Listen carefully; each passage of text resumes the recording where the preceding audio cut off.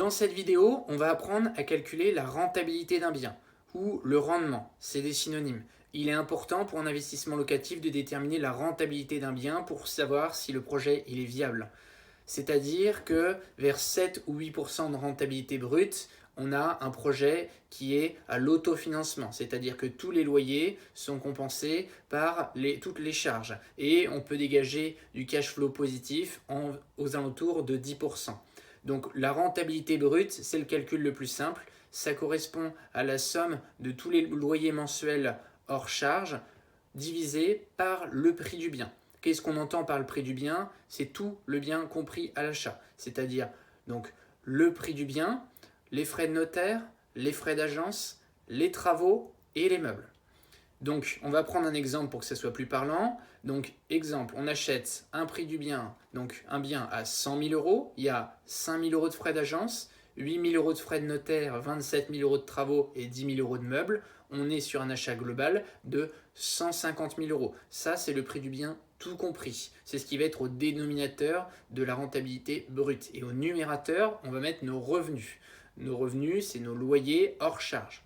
Donc les revenus hors charge, par exemple, pour un bien acheté à 150 000 euros, il est raisonnable d'avoir un loyer hors charge de 500 euros par mois, ce qui fait 12 000 euros par an.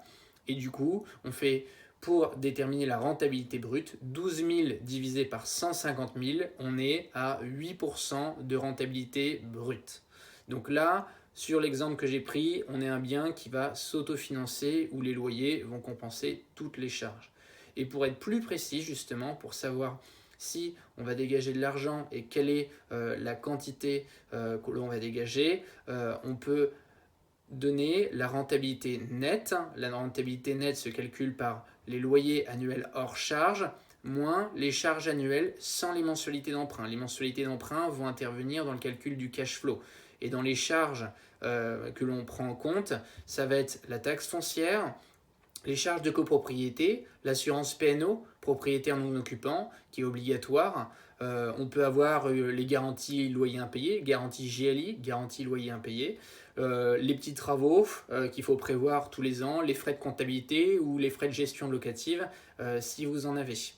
Et donc, on va diviser donc, le loyer annuel hors charge moins hors charge d'eau et d'électricité et de gaz, j'entends internet, moins les charges annuelles. Donc on a dit charges de copro, taxes foncières, garantie un loyer impayé, assurance PNO, frais de comptabilité par exemple. Et on divise tout ça par le prix d'achat total du bien avec frais d'agence, frais de notaire, travaux, meubles et le prix du bien. Donc là, on va prendre, dans l'exemple précédent, on avait dit qu'on avait 500 euros de loyer par mois. Ça fait 12 000 euros par an. Et avec les charges, donc on va compter 500 euros de taxes foncières, 500 euros de charges de copropriété, 800 euros de petits travaux à prévoir et 150 euros d'assurance PNO, propriétaire non occupant. Et enfin, par an, on peut compter aux alentours de 400 euros de frais de comptabilité. Si on additionne tout ça, l'ensemble des charges annuelles, on va être aux alentours de 2 350 euros. Ce qui va donner un revenu, une rentabilité nette de, du coup on va faire 12 000 moins 2 350, du coup on va être à 9 650 de revenus nets et que l'on divise par le prix du bien. Donc on va faire 9 650 divisé par 150 000, on va être à une rentabilité nette avant impôt de 6,4%.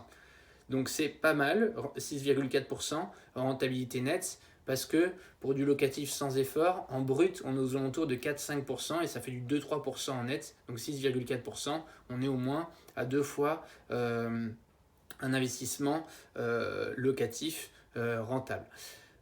Concernant la rentabilité nette, cette fois-ci, on va prendre en compte les impôts qui vont être à déduire dans nos revenus. Donc on va faire les charges, les loyers hors charge, moins les charges annuelles, moins les impôts.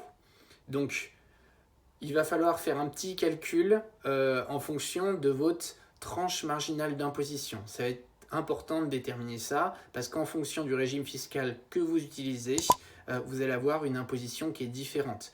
Nous, on va prendre l'exemple d'un bien qui est meublé et déclaré au micro-BIC. C'est-à-dire que vous avez un abattement de 50% sur vos loyers. Et on a dit que 12 000 euros par an, et l'abattement de 50% en micro-BIC, on va avoir 6 000 euros de loyer imposable. Et vous allez être imposé sur ces 6 000 euros. Et ces 6 000 euros vont être imposés à hauteur de la CSG-CRDS, c'est-à-dire les taxes sociales. Donc c'est 17,2% actuellement en 2022, plus votre TMI, votre tranche marginale d'imposition. Elle dépend de votre revenu net avant impôt annuel. Donc il y a des TMI, il y a 4 tranches. Celle à 11%, donc là je vous remets un tableau, donc entre 10 250 et 26 070, donc il y a une marge à 11%, une à 30%, 41% et 45%. Ça veut dire que vous êtes imposé soit de 11% à 45% de vos revenus, en plus de la CSG-CRDS. En général, donc là dans l'exemple, on va prendre une TMI à 30% pour quelqu'un qui gagne 50 000 euros, parce qu'il va être entre 26 000 euros et 74 000 euros. Donc là, sur l'exemple précédent, si on prend les 6 000 euros net imposables, et bien sur ces 6 000 euros, il va y avoir les impôts sociaux à régler, 17,2%, plus la TMI, 30%. Donc on va être à 47,2% d'imposition sur les 6 000, ce qui fait 2 832 euros. Ça va être les impôts, c'est 2 832 euros, les impôts nets à payer par an sur les revenus BIC, donc bénéfices industriels et commerciaux. Ça, c'est quand on fait du meublé et quand on déclare avec un abattement.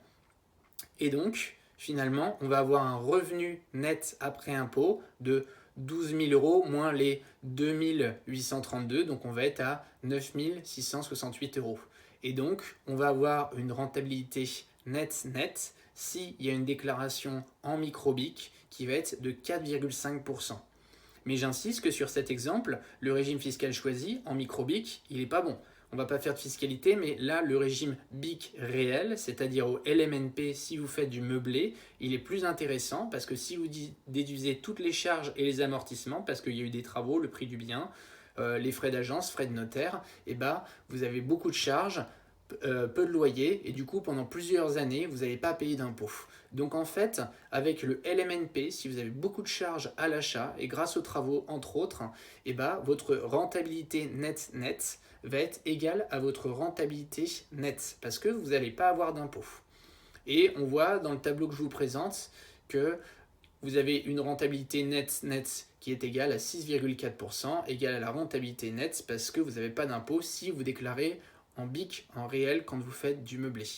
Voilà, ça c'était pour les calculs de rentabilité. Mais finalement, la rentabilité net, ça ne nous dit pas grand-chose. Ça ne nous dit pas combien d'argent on a tous les mois grâce à notre investissement locatif.